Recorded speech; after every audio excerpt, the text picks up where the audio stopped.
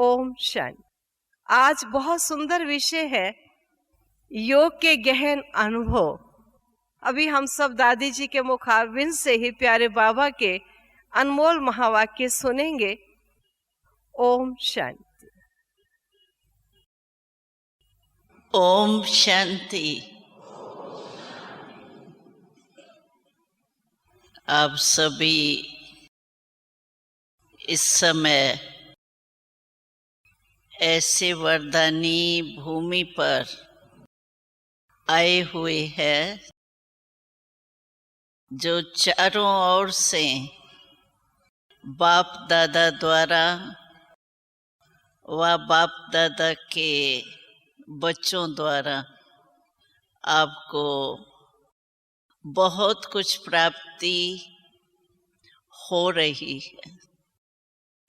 बाप दादा के तो कोने कोने में वरदान इस वरदान भूमि में समाये हुए हैं और साथ में सारे परिवार के, क्योंकि इतना बड़ा परिवार तो आपके कोई भी सेंटर पर नहीं होगा, लेकिन तो उन सभी ब्राह्मण आत्माओं की शुभ भावना और शुभकामना एक दो के प्रति जो है वो भी बहुत ही कुछ आत्मा में बल भरती है। इसलिए इस वरदान भूमि पर नाम ही है इसका, मधुबन है ही वरदान भूमि। तो जहाँ वरदान ही वरदान है, हर सेकंड में हर कर्म में आप इस वरदान भूमि द्वारा अपने को वरदानों से भरपूर कर सकते हो। अभी कितना कर रहे हो वो तो आप अपने को जानो, लेकिन हम आपको यही कहेंगे कि इस वरदान भूमि से जो वरदान प्राप्त कर सकते हैं वो करते रहना। अमृत वेले से लेके क्यों सबसे बड़े में बड़ा फायदा इस मधुबन भूमि का यही है कि आप यहाँ बेफिक्र बादशाह हो। कोई फिक्र नहीं है कमाई का, घर को संभालने का, व कोई भी विशेष जिम्मेवारी जो प्रवृत्ति में होती है वो यहाँ नहीं है। इसीलिए आपका मन और बुद्धि भी फ्री है, उन लौकिक ड्यूटीज से फ्री है और बना बनाया सब मिलता है यहाँ। तो बेफिक्र बादशाह हो। तो बेफिक्र बादशाह की जो स्थिति है वो यहाँ अनुभव बहुत अच्छी तरह से और सहज रीति से कर सकते हो। तो सभी ऐसे बेफिक्र बादशाह की स्थिति का अनुभव कर रहे हो। माताएं कर रही हो? हाँ भाई पांडव, याद तो नहीं आता दुकान और बाल बच्चे पोतरे दोतरे तो नहीं याद आते? नहीं। क्यों? यहाँ आप वरदान भूमि में वरदानों से भर के जाएंगे तो वहाँ उन लोगों को भी भरपूर करेंगे। इसलिए उन्हों का फिक्र न करके बेफिक्र बादशाह होके रहना, रह रहे होंगे और आगे भी रहना। क्योंकि बाबा जैसे कहता है ना, तो संगम युग के समय का भी महत्व जानना चाहिए। स्वयं का महत्व तो जानते ही है हम कौन है। अगर देखा जाए तो हम कौन है, हमारा स्वमान क्या है, वो हर रोज के मुरली में बाबा हम बच्चों के लिए कोई न कोई टाइटल देता है। अगर उस ध्यान से आप हर रोज की मुरली सुनो तो रोज न रोज कोई टाइटल जो होता है वो ही हमारा स्वमान। कभी बाबा किस रूप में कहते हैं, कभी बाबा किस रूप में कहते हैं। तो जैसे अपने स्वमान में अगर रहेंगे, लेकिन हर मुरली में एक स्वमान तो बार बार रिपीट होता है, वो है मीठे मीठे, तो कहता ही है बाबा, लेकिन लाडले सिकिल दे, ये भगवान के शब्द कम है क्या? भगवान के सिकिल दे है। दुनिया में कोई आत्मा, परिवार की आत्माएं हैं, लौकिक बाप है, दादी दादा जो भी होते हैं, उनके सिकिलदे होते हैं तो भी उसको नशा होता है। लेकिन हमको लाडला शब्द कौन बोलता है? भगवान कहता है मेरे लाडले बच्चे। ये स्वमान कम है क्या? चलो और सब भूल गए, ये तो रोज रोज याद आता है। और मीठे मीठे बाबा कहता है, क्यों कहता है? कोई करवा भी होगा, लेकिन बाबा फिर भी मीठे मीठे ही कहता है। क्यों बाबा मीठे मीठे कहता है? क्योंकि बाबा को हमको मीठा ही बनाना है। कितने भी करवे हो, लेकिन बाबा के पास आए मीठे बनने के लिए है, तो बाबा रोज स्मृति दिलाता है ये कि मीठे मीठे हो। अगर थोड़ी भी करवेश हो तो मीठा मीठा सुनने से तो करवेश निकल जाएंगी ना। अभी हम कड़वी दवाई खाए, मानो हमारा मुख करवा तो होगा टेम्पररी टाइम के लिए, लेकिन ऊपर से मैं मिठाई खा लूं तो मेरा मुख तो बदल जाएगा ना, कि करवा ही रहेगा, बदल जाएगा ना। तो हम चाहे कितने भी करवे हो, संस्कार है 63 जन्म के। कई भाई बहन कहते हैं चाहते तो नहीं है, लेकिन हो जाता है। ये कौन बोलता है? कौन सी आत्मा बोलती है? चाहते नहीं है लेकिन हो जाता है। ये कौन सी आत्मा कहेंगे? भगवान की सिकिलदी आत्मा ऐसे कहेंगी? कह सकती है ऐसे? जरूर कमजोर आत्मा है, जो संकल्प भी आता है तो चाहते तो नहीं है, लेकिन हो जाता है। तो उस आत्मा को कौन सी आत्मा कहेंगे? सिकिलदी कहेंगे या कमजोर आत्मा कहेंगे? अगर मैं कमजोर आत्मा हूं, तो क्या भगवान हमको रोज वरदान देता है मीठे मीठे सिकिलदे लाडले? तो क्या ये भगवान का वरदान मेरे लिए नहीं है?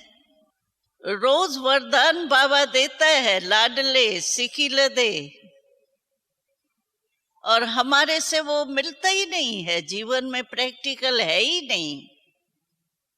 तो भगवान का वरदान अगर हम नहीं स्वीकार करेंगे तो क्या स्वीकार करेंगे?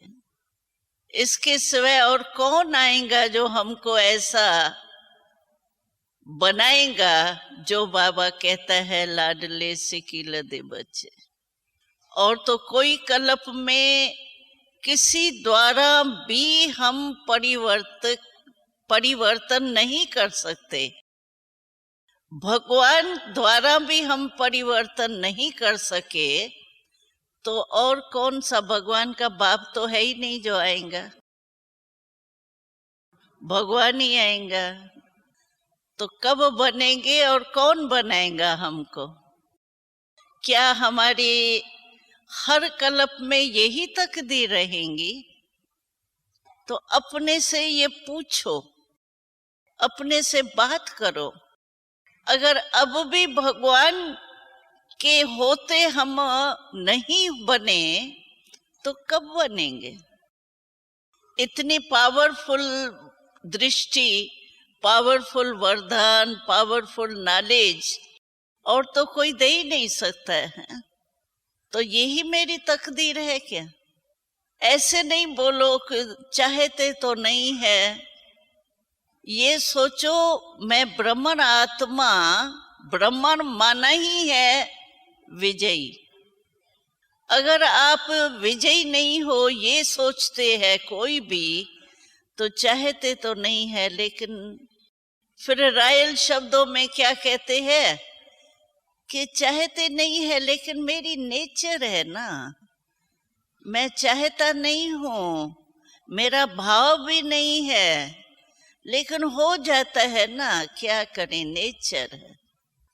लेकिन ब्राह्मण की नेचर तो ये है ही नहीं। ब्राह्मण माना विजयी। अगर मानो थोड़ी भी कमी है तो उसको ब्राह्मण आत्मा कहेंगे या क्षत्रिय आत्मा कहेंगे, क्या कहेंगे? ब्राह्मण माना तो विजयी हुआ। अगर विजयी मैं नहीं हूं, युद्ध ही करता रहता हूं, चाहता नहीं हूं लेकिन हो जाता है, अच्छा कोशिश करूंगा, अच्छा हो जाएगा, अच्छा देखूंगा, तो वो क्षत्रिय हुआ या ब्राह्मण हुआ? तो क्या मैं क्षत्रिय रह जाऊंगा? और अगर क्षत्रिय रह जाऊंगा, आज भी बोली में था ना, बाबा 3 धर्म स्थापन करता है, ब्राह्मण, देवता और क्षत्रिय। तो क्या मैं क्षत्रिय धर्म का हूं, ब्राह्मण धर्म का नहीं हूं? तो बाबा से मैंने वर्षा यही क्षत्रियपन का लिया। ज्ञान का सागर वरदाता बाबा, और उससे मैंने यही वरदान लिया कि क्षत्रियपन का। फिर तो अपने को सोचना चाहिए ना। तो हमेशा ये सोचना चाहिए, पहले बाबा मेरे को क्या बना रहा है, मेरा स्वमान क्या है। अगर रोज एक टाइटल मुरली का आप नोट करो और उसी एक टाइटल के स्वमान में आप सारा दिन अपने को स्थित करने की कोशिश करो, आपकी नेचर बदल जाएंगी। जो कहते हैं ना, हम अपने को छुड़ाने के लिए ये शब्द है कि मेरी नेचर है ना ये, बाकी मैंने गुस्सा नहीं करता हूं, लेकिन मेरी नेचर है जोर से बोलने की, ऐसे सीधा बोलने की मेरी नेचर है, क्रोध नहीं है। चलो क्रोध नहीं है, क्रोध का अंश तो है, और जहां अंश होगा वहां वंश नहीं पैदा होगा, ये तो नियम है। जहां अंश होगा वहां वंश जरूर पैदा होगा। आपने देखा होगा यहाँ इंडिया में जो नलके नहीं लगाते हैं गंदा पानी निकालने का, वहां बूंद बूंद थोड़ी रह जाती है, तो वहां पंछी जो बैठते हैं ना आकर के पानी पीने के लिए, वो कुछ ऐसा करते हैं जिससे पीपल का पेड़ निकल आता है, देखा होगा कई स्थानों पे। तो क्या हुआ, बीज पड़ा ना, अंश रहा, उससे वंश वृक्ष का पैदा हो गया। तो इसीलिए अगर मानो हम ये अपने को थोड़ा सा कमजोर बनाते हैं, तो क्या होता है, अंश से कभी वंश पैदा हो जाता है, और फिर वो वंश जो है वो फैलता जाता है, और हमारी अवस्था जो हम चाहते हैं वो नहीं अनुभव होती। तो कहावत है कि जब ब्रह्मा ने भाग्य बांटा तो क्या आप सोए हुए थे क्या? ये भी अलबेलापन है, मेरी नेचर है, मैं क्या करूं, ये अलबेलापन है। तो अलबेलापन में क्या होता है, सोना ही तो होता है, काम नहीं होगा और लेट जाएंगे, बैठ जाएंगे, ऐसे करेंगे वैसे करेंगे, यही तो अलबेलापन होता है। तो ब्रह्मा ने जब भाग्य बांटा, भगवान ने भाग्य बांटा, तो हम अलबेले के नींद में सोए हुए तो नहीं थे। ये हमारे से कहावत तो नहीं लग जाती है। और है देखो कितना सहज ज्ञान, हम तो कहते हैं चलो मुरली आपको 3 पेज नहीं याद पड़ सकती, या तो 3 पेज सारा ही याद रहे, सारी ही याद रहता है, विशेष बातें ही याद रहती है। लेकिन हम कहते हैं एक शब्द बाबा ऐसा बताया है हमको जिसमें ज्ञान, योग, धारणा, सेवा 4 ही सब्जेक्ट आ जाती है। एक शब्द आप याद रखो तो वो कौन सा शब्द है जिसमें 4 ही सब्जेक्ट आ जाती है? वो है, आप अपने मन में सोचो फिर मिलाना। तो वो एक शब्द है बिंदु, एक शब्द है। अभी देखो बिंदु में मैं आत्मा हूं ये भी आ गया, और बाप मेरा कौन है वो भी बिंदु है। और फिर चलते चलते जो सरकमटेंस आते हैं, समस्याएं आती है, उनको पार करने के लिए बाबा ने कहा है क्वेश्चन नहीं करो, आश्चर्य की मात्रा नहीं लगाओ, सिर्फ फुल स्टॉप लगाओ। तो फुल स्टॉप भी क्या है? बिंदु। धारणा के लिए अगर हमको फुल स्टॉप याद हो, लेकिन कई भाई बहन ऐसे जब कोई समस्या आती है ना सामने, तो कहते हैं लगाने तो बिंदु चाहता था, चाहती थी, लेकिन बिंदु लगाती हूँ क्वेश्चन मार्क बन जाता है। और क्वेश्चन मार्क में क्यों, क्या, कैसे, कौन, ये कह के शब्द ही आएंगे आपको। ये क्यों हुआ, ये क्या हुआ, ये कैसे हुआ, ये है कौन जो ऐसे कहता है या करता है, ये कह के ही शब्द आएंगे। तो लगाते हैं बिंदु, लेकिन बन जाता है क्वेश्चन मार्क। तो हमने सुना है, अनुभव तो मेरे को नहीं है, ये जो कंप्यूटर होता है उसमें शब्द फिक्स होते हैं।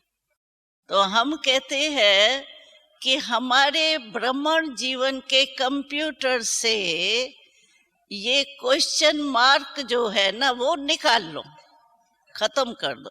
हमारे ब्राह्मण जीवन के डिक्शनरी से ये क्यों, क्या, कैसे, समस्या के टाइम क्यों, क्या, कैसे वो रंग है। बाकी ज्ञान व स्पष्ट करने के लिए क्यों, क्या से टॉपिक बन सकती है।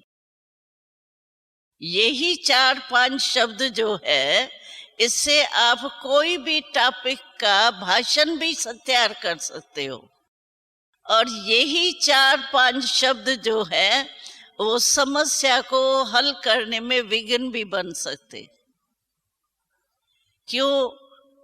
जैसे मानो आप शिवरात्रि का भाषण करने चाहते हैं, ये 3-4 शब्द बोलो, क्यों मनाई जाती है, कैसे मनाई जाती है, कब मनाई जाती है, आपका भाषण तैयार हो जाएगा। और समस्या के समय ये क्वेश्चन मार्क जो होते हैं क्यों, क्या का, वो विघ्न रूप बन जाएंगे। लेकिन आप किस रूप से यूज करते हो वो हमारे ऊपर है। उल्टे रीति से करते हैं या सुलटे सेवा के रूप से करते हैं। तो हम कहते हैं चलो और कुछ भी याद नहीं आवे, एक शब्द बिंदु तो याद करो। सब सब्जेक्ट आ गई,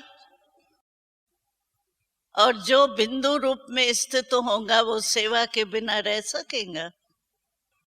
रह ही नहीं सकता। तो इसी रीति से आप अपने ब्राह्मण जीवन को श्रेष्ठ बनाओ। ऐसे नहीं राजी रहना कि ठीक है दुनिया से तो अच्छे हो गए, दुनिया के झंझट से तो ये ज्ञान के आधार से छूट गए, चलो ब्राह्मण बन गए, बाबा के बच्चे तो बन गए। लेकिन भगवान के बच्चे बन कर के और थोड़ा सा वर्षा, छोटा सा थोड़ा बहुत कुछ ले लिया, तो ये भी तो ठीक नहीं है ना। जब दाता दे रहा है तो हमको क्या करना चाहिए? दाता से तो पूरा लेना चाहिए ना, क्योंकि हम भगत नहीं है।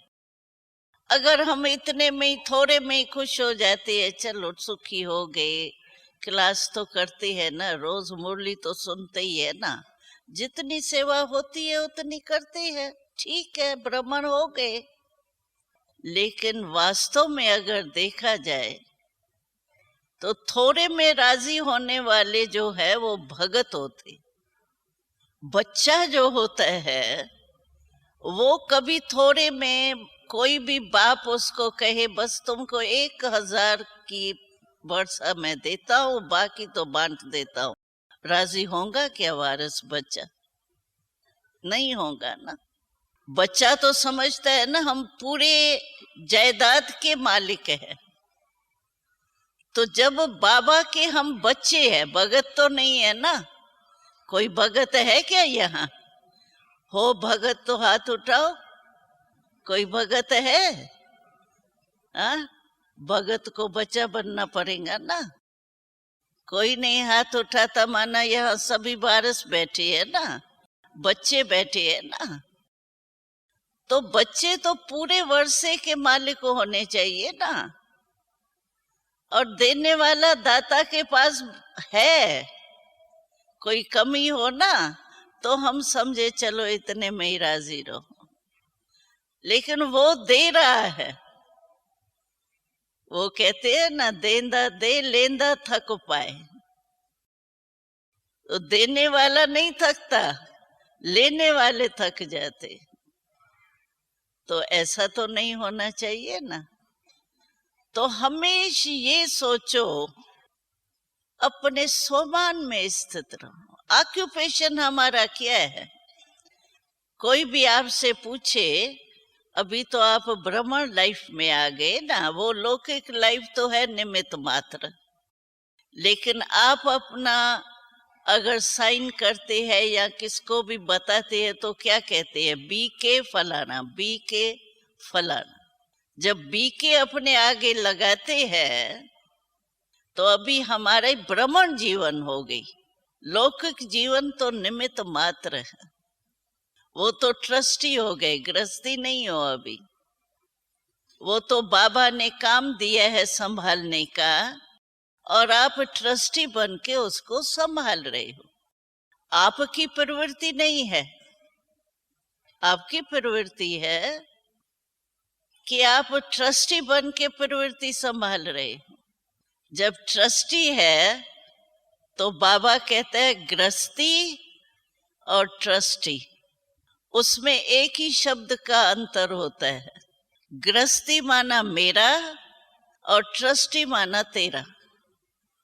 शब्द का फर्क है, तेरा और मेरा, मैं और तय।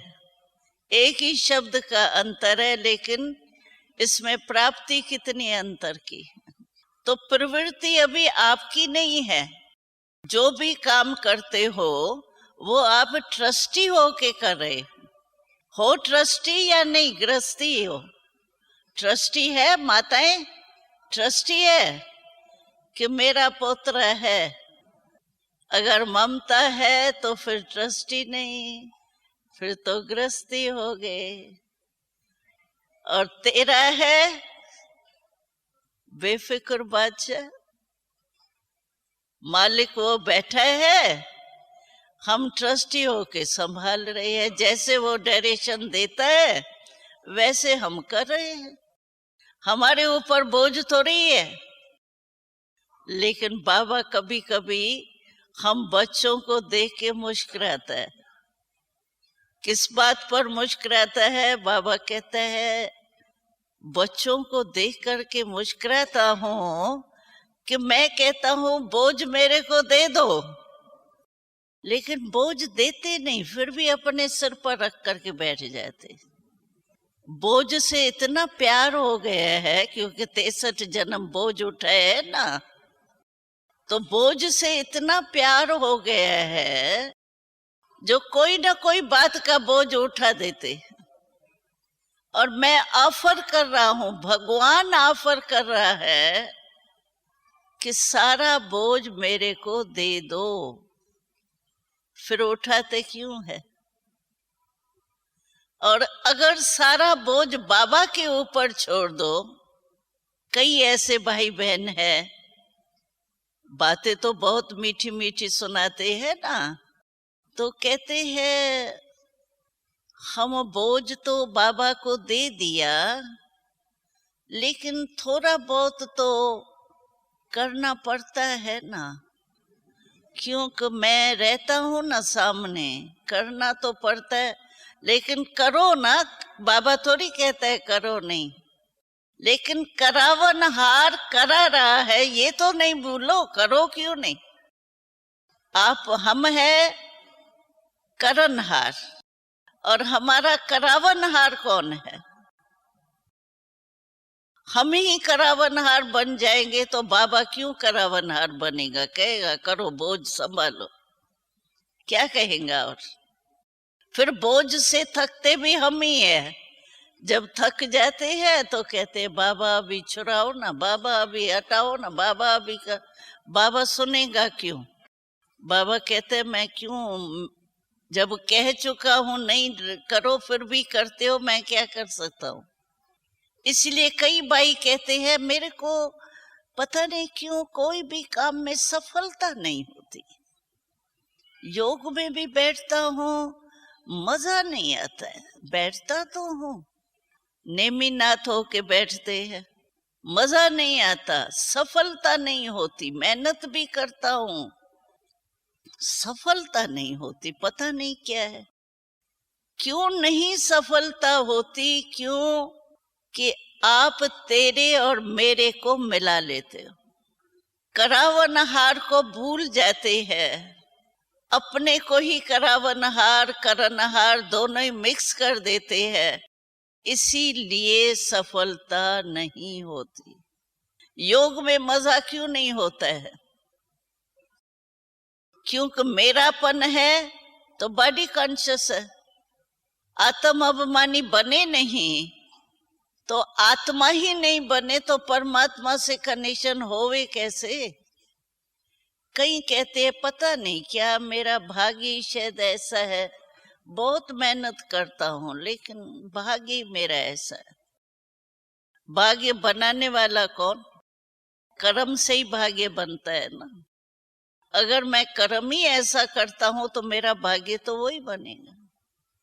सफलता हमारा जन्म सिद्ध अधिकार है, भगवान के महावाक्य है, कोई आत्मा महात्मा के वाक्य नहीं है। भगवान ने हमको कहा है कि सफलता आपका जन्म सिद्ध अधिकार। जब हम ब्राह्मण जन्म लिया तो बाबा ने हमको क्या वरदान दिया?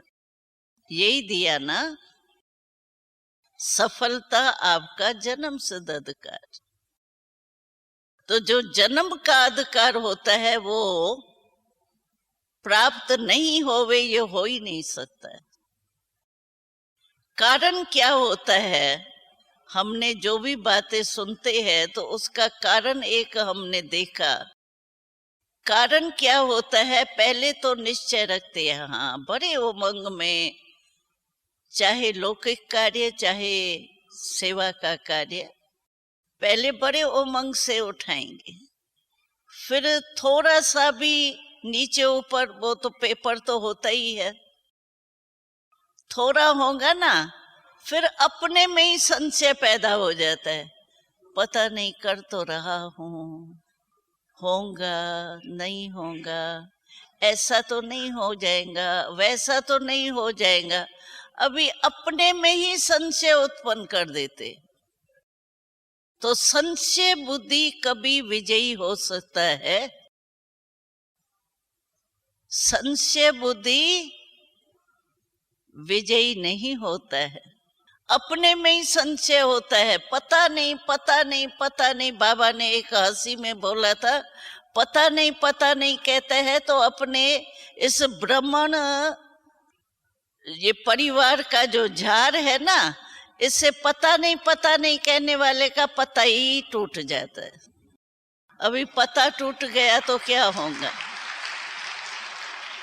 तो अपने में जो संशय पैदा होता है ना, वो अपना ही उत्पन्न हुआ संशय सफलता को खत्म कर दे। विजयी हो ही नहीं सकते है ना, क्योंकि संशय बुद्धि हो गई। दूसरा संशय रखे नहीं रखे वो दूसरी बात है, लेकिन अपने में ही संशय पैदा हो गए तो वो तो नहीं होना चाहिए ना। कि होना चाहिए क्या, क्यों होना चाहिए ना थोड़ा बहुत, हाँ? क्योंकि 63 जन्म से क्या क्यों कहते आए हैं तो छूटे कैसे। लेकिन जन्म ही नया हो गया ना। आपको अपने पास्ट जन्म की स्मृति है, मेरे संस्कार क्रोधी थे, लोभी थे, या बड़े प्यार के थे, शांति के थे, आपको याद है क्या? नहीं, भूल गए है ना। तो आपका मर्जीवा जन्म हुआ ना। मर्जीवा जन्म का अर्थ ही है नया जन्म हो गया। तो नया ब्राह्मण जन्म है, उसमें फिर वो पुराने संस्कार कहाँ से आए? लेकिन हम अपने आप को ही हल्का कर देते हैं। पुरुषार्थ के हल्के होने का कारण क्या होता है? अपने को ही थोड़ा हल्का कर देते हैं। क्या करें, फिर भी संपूर्ण थोड़ी बने हैं। बाबा भी कहते हैं ना, अंत में संपूर्ण बनेंगे। फिर भी चल तो रहे हैं ना, अंत में संपूर्ण बन जाएंगे। अरे अंत के समय अगर बहुत समय के अभी संस्कार नहीं होंगे तो अंत में आपके कभी नहीं बन सकते। आप देखो, अभी बहुत समय के देह भान के संस्कार जो है वो आप छोड़ने चाहते हो, बदलने चाहते हो, लेकिन फिर भी कहेंगे योग में बैठते हैं, फिर भी कोई ना कोई बातें आ जाती। देह भान फिर भी आ जाता है। क्यों आ जाता है? जब चाहते भी नहीं है फिर क्यों आ जाता है? क्योंकि बहुत समय के संस्कार। तो अगर आपके अभी कमजोरी के संस्कार बहुत समय, यानी ब्राह्मण जीवन के बहुत समय, ब्राह्मण जीवन का 1 वर्ष भी बहुत समय, तो आपके बहुत समय के संस्कार अगर कमजोर होंगे ब्राह्मण जीवन के हिसाब से, अंत में कैसे आप संपूर्ण बन सके? जो आप में कमी होंगी वो ही अंत में भी आपका पेपर आएगा। क्योंकि माया जानी जाननहार है, माया कमजोर नहीं है। वो तो योग बल से हम माया को कमजोर करती है, वैसे तो वो बहुत होशियार है। और माया जानती है कि आपकी कमजोरी कौन सी है, और जो आपकी कमजोरी होगी ना, उसी अंत में उसी ही रूप का कोई समस्या आपके सामने आएगी। तो अंत में कैसे संपूर्ण होंगे? बहुत समय का पुरुषार्थ चाहिए। कोई कहते हम तो बस 1 साल की है ना। 1 साल भी बहुत काल है संगम युग का, क्योंकि संगम युग का एक सेकंड बहुत बड़ा है, सेकंड नहीं है। हम समझते हैं बस ऐसे ही, कई भाई बहन कहते ऐसे ही खड़े थे ना, तो ऐसे ही आपस में ऐसे ही बात ऐसे ही करे, ऐसे कह के चला लेते हैं। लेकिन वो भी टाइम तो गया ना। आपस में क्लास पूरा होगा ना, फिर 2-2, 3-3 जो आपस में थोड़े होंगे संस्कार मिलने वाले, वो बैठ क्लास पूरा होगा ना, आपस में बात करेंगे। हम कहेंगे क्या बात कर रहे थे? नहीं कुछ नहीं, ऐसे ही 2-3 मिनट करे थे। अरे 2-3 मिनट में आपका काल आ जावे तो भरोसा है आपको? है? आजकल तो रास्ते चलते ही ओम शांति हो जाती है। तो हमको पता है हमारा मृत्यु की डेट कौन सी है, किसके पास है डेट? है आपके पास? कोई के पास भी ज्योतिषी वगैरह ने बताया हो? है? पक्का है कि मैं फलानी तारीख को मृत्यु होनी है मेरी? है पता? कोई कोई को जब बीमार होते हैं, जाने वाले होते हैं ना, तो याद तो पता पड़ता है। हमारे पास भी कई ऐसी हुई है बहनें भाई जो बताते हैं बस इस समय हम जाने वाले हैं, और चले जाते हैं आधा घंटा घंटा पीछे आगे। लेकिन अभी तो डेट नहीं है ना।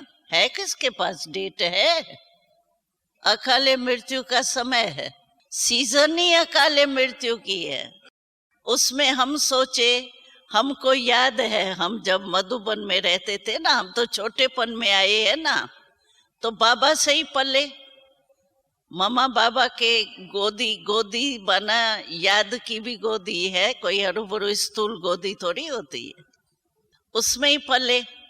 तो हम लोगों को 14 वर्ष जो तपस्या की ना, उसमें भी हमारा एक स्लोगन पक्का याद होता था। मधुबन शब्द तो था ही नहीं, तो हम कहते थे ज्ञान गंगा तट होगा, मम्मा बाबा सामने होंगे, तब प्राण तन से निकलेंगे। ये हमारा स्लोगन 14 वर्ष के तपस्या में भी याद था। ये तो 14 वर्ष के तपस्या के बाद बाबा ने कहा सेवा में जाना है। हमने कहा बाबा हमारा तो वायदा ये है कि मम्मा बाबा सामने होगा, ज्ञान गंगा का तट होगा, हम कहाँ जाएंगे अभी। लेकिन हमारा पक्का स्लोगन यही था, और हमारे को निश्चय था कि हम ऐसे ही यहाँ ही बाबा के साथ ही शरीर छोड़ेंगे और इकट्ठे चले जाएंगे, बस। ये तो क्वेश्चन ही नहीं था, स्वप्न में भी नहीं था। तो ऐसे हम अलग अलग सेंटर होंगे, आप सब इतने बाबा के बच्चे बन जाएंगे, ये तो स्वप्न में भी नहीं था। लेकिन आपका भाग्य था, वो तो जा नहीं सकता है। तो हमारा भी यही था, लेकिन अभी हम ये स्लोगन नहीं मानते। कहाँ भी होंगे बाबा मम्मा सामने होगा, ऐसे नहीं हर बार मधुबन में ही मम्मा बाबा सामने होता है। जहां भी होंगे ज्ञान स्मृति में होगा और मम्मा बाबा की याद होगी, प्राण तन से निकलेंगे। तो अकाले मृत्यु का समय है, हमको कोई पता नहीं है क्या भी हो सकता है। अभी देखो लास्ट में हमारी सूरीनाम से, फॉरेन से एक बहन आई, कृष्णा बहन। अभी उसको पता था क्या कि मेरा यहाँ मधुबन में ही डेथ होना है। वो तो पार्टी लेके आई, लेकिन उसका भाग्य था। हम तो कहते हैं बहुत अच्छा मृत्यु हुआ जो मधुबन में ब्राह्मणों के साथ हुआ। वहां तो थोड़े ब्राह्मण होते, कितने होते। यहाँ तो मधुबन में तो सब दादियां वो सब दृष्टि देते हैं। तो कोई पता है क्या? बस हार्ट में थोड़ा हुआ, घबराहट हुई, और थोड़ी घबराहट में डॉक्टर तो कुछ न कुछ करते ही है, हॉस्पिटल में ले गए, चली गई, आत्मा छोड़ दिया शरीर को बस 1 सेकंड में। तो मृत्यु तो 1 सेकंड में ही होती है ना, पता तो नहीं पड़ता है। इसीलिए ऐसे भी नहीं समझो हम अंत में संपूर्ण होंगे, अभी तो थोड़ा बहुत होगा ही नहीं। अगर थोड़ा बहुत भी होगा तो अंत में वो ही धोखा देगा। एक मुरली में, अव्यक्त मुरली में बाबा ने भी कहा था, तो अपनी पहले कमजोरी चेक करो। आप हर एक में, हमारे में भी, सभी में कोई कमजोरी भी होती है और कोई विशेषता भी होती। समझो कोई में 99 खराबियां है, हो सकता है किसके संस्कार ऐसे हो, बहुत करे। 99 बुराइयां हो सकती है, लेकिन एक विशेषता जरूर छिपी हुई होती हर एक में। जो ब्रह्मण आत्मा बनी है उसमें एक विशेषता जरूर होगी इसीलिए बाबा की विशेष आत्मा बनी। अच्छा, आप किसी भी देश से आए हो, किसी भी मोहल्ले में रहते होंगे, उस मेले में कितने रहते होंगे, आपको ही बाबा ने क्यों अपना बनाया? क्यों दूसरों को बनाते थे ना। आप में क्या बाबा ने देखा? हम तो कहते हैं सबसे बड़ी बात तो ये नशे की है कि हमारे ऊपर ही बाबा की नजर पड़ी। कोई के परिवार में 8 जने हैं, लेकिन एक ज्ञान में चल रहे, 7 चल ही नहीं रहे हैं। देखो, 7 के ऊपर नजर नहीं पड़ी, एक के ऊपर नजर पड़ गई भगवान की। लेकिन आप तो वही हो ना जिसके ऊपर भगवान की नजर पड़ गई है ना माताएं? तब तो यहाँ पहुंची हो ना भाई। तो चाहे आप में 99 खराबियां हो भी, लेकिन एक विशेषता आप में जरूर है।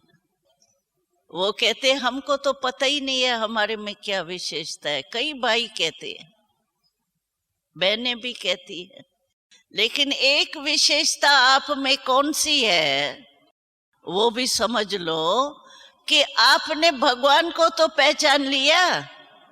पहचाना है? पहचाना है माताओं ने? हाँ, तो ये कोई विशेषता कम है? भगवान को पहचानने की नजर आपको है, विशेषता आप में है, ये कम है क्या? लेकिन क्या है, एक तो अपनी विशेषता स्मृति में नहीं रहती, और दूसरा क्या है कि अपने विशेषता को सेवा में नहीं लगाते हो। कोई भी काम होता है उसको बढ़ाने के लिए लगाना पड़ता है ना। अभी धन है स्थूल, धन को कोई कार्य में लगाएंगे तो बढ़ेगा ना। ऐसे ही बैंक में रखा हुआ भी थोड़ा मिलेगा, लेकिन वैसे ही रख दो तो क्या मिलेगा? कुछ भी नहीं मिलेगा। इसीलिए अपनी विशेषता को जानो। ये तो जनरल विशेषता सभी में है, तभी यहाँ आए हो मधुबन में। लेकिन फिर भी आप में कोई ना कोई विशेषता छिपी हुई है, लेकिन अपनी विशेषता को आप जानते नहीं हो। उसको जान करके सेवा में लगाओ, अवमान में नहीं आना। अवमान में आएंगे तो विशेषता उसको दब जाएंगी और आपको आगे नहीं बढ़ने देंगी। इसीलिए अपनी विशेषता को जानो, उसको कार्य में लगाओ। और बुराइयां जो होंगी ना, जितना आप अपनी विशेषता को कार्य में लगाएंगे तो विशेषता बढ़ती जाएंगी, बुराइयां दबती जाएंगी। तो विशेष आत्माएं हम हैं, बाबा के बच्चे कम नहीं है हम। लेकिन अवमान में आ जाते हैं, और अवमान में, हमारे में अवमान है या नहीं है उसकी परख पता है क्या है? जो अवमान में होगा ना, उसकी परख है आपको अपमान बहुत जल्दी फील होगा। जरा भी किसने कुछ कह दिया ना, अवमान जिसमें होगा उसको अपमान बिल्कुल सहन नहीं होगा। एक शब्द भी किसने बोल दिया ना, गया वो बेचारा तख्त से उतरा। इसीलिए बाबा कहते हैं कि आप अपने सोमान में रहो, अलबेलेपन के नींद में नहीं सोना। हो तो रहा है, चल तो रहा हूं ना, मुरली पर आता रहता हूं ना, सुबह को उठता तो हूं ना, चाहे जुटका खाऊं चाहे गुटका खाऊं, लेकिन उठता तो। वो तो नेमीनाथ हो गए, योगी थोड़े हुए।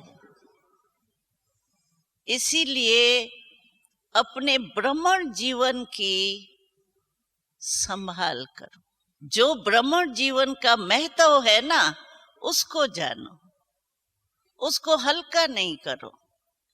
वो तब होगा जब रोज अमृत वेले अपने सामने स्वमान रखे और बार बार बीच बीच में उस स्वमान को स्मृति में लाएंगे, तब भी आपका स्वमान से अवमान बहुत खत्म हो जाएगा। देह भानी तो गिराता है ना, मैं फलाना हूं, चलो और अवमान नहीं। अच्छा, ओम शांति।